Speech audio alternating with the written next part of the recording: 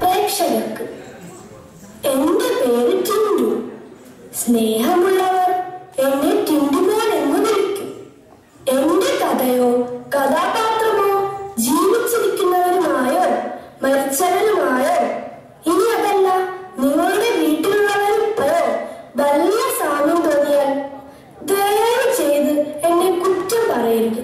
അത് തികച്ചും യാദൃശ്ചികമാണ്. എന്ന് സ്വന്തം ടിൻഡുമോൻ. ഞാൻ പഠിച്ചുകൊണ്ടിരിക്കുന്ന സമയത്ത് എനിക്ക് മെസ്സേജ് ഒന്നും ചെയ്യരുത് പ്ലീസ്. എന്റെ ഒക്കെ പോകും.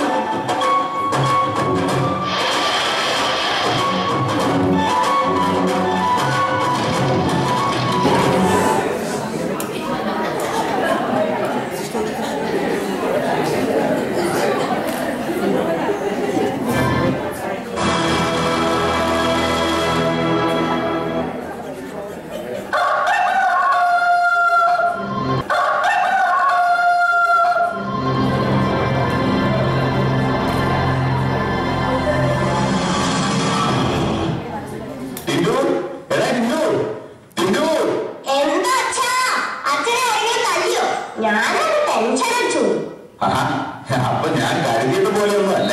നിനക്ക് എന്നോട് സ്നേഹമുണ്ടല്ലേ? എന്നെ ആരും തല്ലിയിട്ടടാ. അയ്യേ, അതുകൊണ്ടൊന്നല്ല.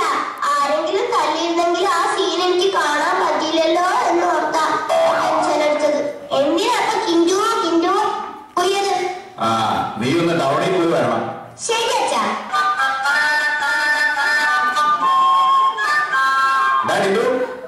ഇവിടെ വേണം. അച്ഛനോട് ഞാൻ പറഞ്ഞിട്ടില്ലേ ഒരു വഴിക്ക് പോകുന്ന പ്രതിന്ന് വിളിക്കരുതെന്ന്. നീ ഇതെങ്ങോട്ടാ? ഇത് നല്ല കാര്യം. എന്റെ അച്ഛനല്ലേ ഇപ്പൊ പറഞ്ഞ ടൗണിൽ പോയി വരാൻ. ഞാൻ ടൗണിൽ പോവാ. കേട്ടവനെ മഴ മണ്ട. എടാ, എന്തിനാണ് നിന്നോട് ടൗണിൽ പോകാൻ പറഞ്ഞത്? എനിക്കറിയില്ല. അച്ഛൻ ടൗണിൽ പോയി വരാൻ പറഞ്ഞു, ഞാൻ അനുസരിച്ചു. നാളെ നമ്മുടെ മുത്തശ്ശൻ മരിച്ചിട്ട് ഒരു വർഷം തികയുന്ന ദിവസമാണ്. നീ ടൗണിലെ പത്ര ഓഫീസിൽ ചെന്ന് ഒരു വാർത്ത കൊടുക്കണം. മരിച്ചുപോയ മുത്തശ്ശൻ ഇനി വാർത്ത വായിക്കു വെച്ചാ വേർപാടിന്റെ ഒരു വർഷം ദുഃഖത്തോടെ മകനും കുടുംബവും ഈ ഒരു കുറിപ്പ് കൊടുക്കാനാ. മുത്തശ്ശൻ മരിച്ചതിൽ ഏറ്റവും കൂടുതൽ ദുഃഖം ഈ വീട്ടിൽ എനിക്ക് മാത്രമേ ഉള്ളൂ. നിനക്ക് മുത്തശ്ശനെ അത്രയ്ക്ക് ഇഷ്ടമായിരുന്നല്ലേ? അതൊന്നല്ല, മുത്തശ്ശന് സീരിയസ് ആണെന്ന് പറഞ്ഞേ. ഇടയ്ക്കിടയ്ക്ക് സ്കൂളിലും ലീവ് എടുത്ത് സുഖമായിട്ട് കഴിഞ്ഞു വരുമ്പോഴല്ലേ മുത്തച്ഛൻ മരിച്ചത്. ലീവ് എടുക്കാൻ ഒരു കാരണം കിട്ടാതെ ഞാൻ എന്തുമാത്രം ദുഃഖിച്ചു എന്ന് അച്ഛന്.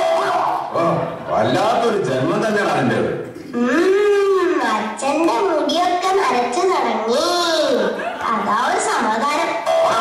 ഈ നര പ്രായം കൊണ്ടുള്ളതൊന്നല്ല, പറഞ്ഞുതരാം. എടാ, നീ ഒരു തെറ്റ് ചെയ്താൽ അച്ഛന്റെ ഒരു മുടി നരയ്ക്കും. നീ ഇതുവരെ എത്ര തെറ്റ് ചെയ്തു എന്നറിയാൻ എന്റെ തലയിലെ നരച്ച മുടി എണ്ണി നോക്കിയാൽ മതി കേട്ടാ. അത് ശരി, താനല്ലേ ഈ മുടി നരയ്ക്കുന്നതിന്റെ ബുട്ടൻസ്. എനിക്കിത് അറിയില്ലായിരുന്നു അച്ഛാ. ഇപ്പൊ മനസ്സിലായല്ലോ. ഇനി ഒരു തെറ്റും ചെയ്യരുത് കേട്ടോ. അച്ഛന്റെ മുടി നരപ്പിക്കല്ലേടാ. ദൈവമേ, എന്റെ അച്ഛൻ ഇത്രയും വൃത്തികെട്ടവനായിരുന്നു എന്ന് എനിക്ക് ഇപ്പോഴല്ലേ മനസ്സിലായത്. എന്താണ് പറഞ്ഞത്? അടിച്ച് ഞാൻ പറയുന്നതാണോ? അച്ഛൻ ഈ മുത്തശ്ശന്റെ ഫോട്ടോയിലൊക്കെ നോക്കിക്കേ.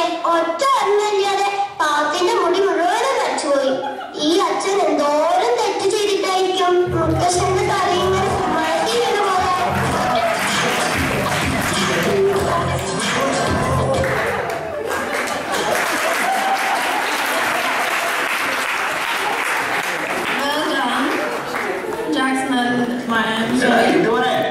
എടാ ടിൻഡു, നീ സ്കൂളിൽ പോകുന്നില്ലേ? ഇല്ല, ഞാനിനി സ്കൂളിൽ പോകുന്നില്ല. സ്കൂളിൽ പോകുന്നില്ലോ? അതെന്താ? നിന്നെ പിന്നെ സ്കൂളിൽ നിന്ന് പുറത്താക്കിയോ? പുറത്താക്കിയതൊന്നുമല്ല. പിന്നെ അച്ഛനെ കൂടി ചെല്ലാൻ പറഞ്ഞു? അതൊന്നുമല്ല.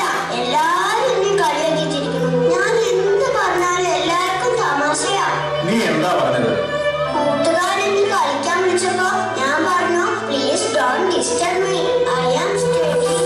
അപ്പൊ അവരെല്ലാവരും പൊട്ടിച്ചിരിക്കുക. പിന്നെ ഞാൻ ഗേൾഫ്രണ്ടിനോട് ഇപ്പൊ ക്ലാസ് ഇല്ല, നമുക്ക് ലൈബ്രറി പോയിരുന്ന് അസൈൻമെന്റ് ചെയ്യാനുള്ള ബുക്ക് റെഫർ ചെയ്യാന്ന് പറഞ്ഞു. അവർക്ക് ചിരി. പിന്നെ ചിഞ്ചു പറയുവാ, സൺഡേ ഏതായാലും ക്ലാസ് ഇല്ലല്ലോ, നമുക്ക്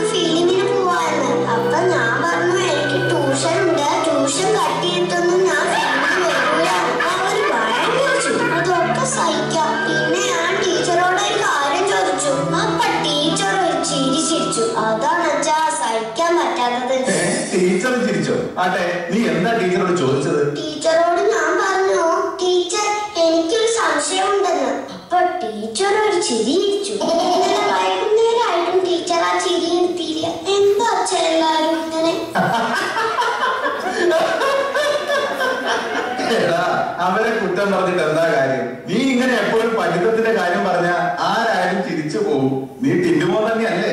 അച്ഛൻ അധികം കളിയാക്കൊന്നും വേണ്ട. ക്ലാസ് ടെസ്റ്റിന്റെ റിസൾട്ട് ഒന്ന് വന്നോട്ടെ, അച്ഛൻ കേട്ടു.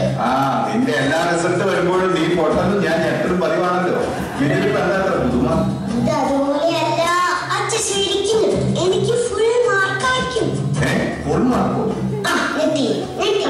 ഞാൻ വലിയ അച്ഛൻ നെട്ടും ഇത് പഴയ ടീച്ചറല്ല. എടാ, കഴിഞ്ഞ ക്ലാസ് ടെസ്റ്റിന് പോകുമ്പോ നീ അല്ലേ പറഞ്ഞത് നീ ഒന്നും പഠിച്ചിട്ടില്ല, എന്നത്തെയും പോലെ ഇന്നും കട്ട പോകുകയാണ്. അത് ശരി തന്നെയാണ്. പക്ഷേ ക്വസ്റ്റ്യൻ പേപ്പർ കയ്യിൽ കിട്ടിയപ്പോ തന്നെ ഞാനൊരു 5 മിനിറ്റ് ചിന്തിച്ചു. അപ്പൊ തന്നെ എനിക്കൊരു ഉത്തരം കിട്ടി. നീ സത്യമാണോ പറയുന്നത്? ഇനി നിനക്ക് വല്ല ദിവ്യശക്തി കിട്ടിയോടാ? നിനക്ക് എന്ത് ഉത്തരമാ കിട്ടിയത്? അതോ ക്വസ്റ്റ്യൻ പേപ്പർ കിട്ടിയപ്പോ തന്നെ ഞാൻ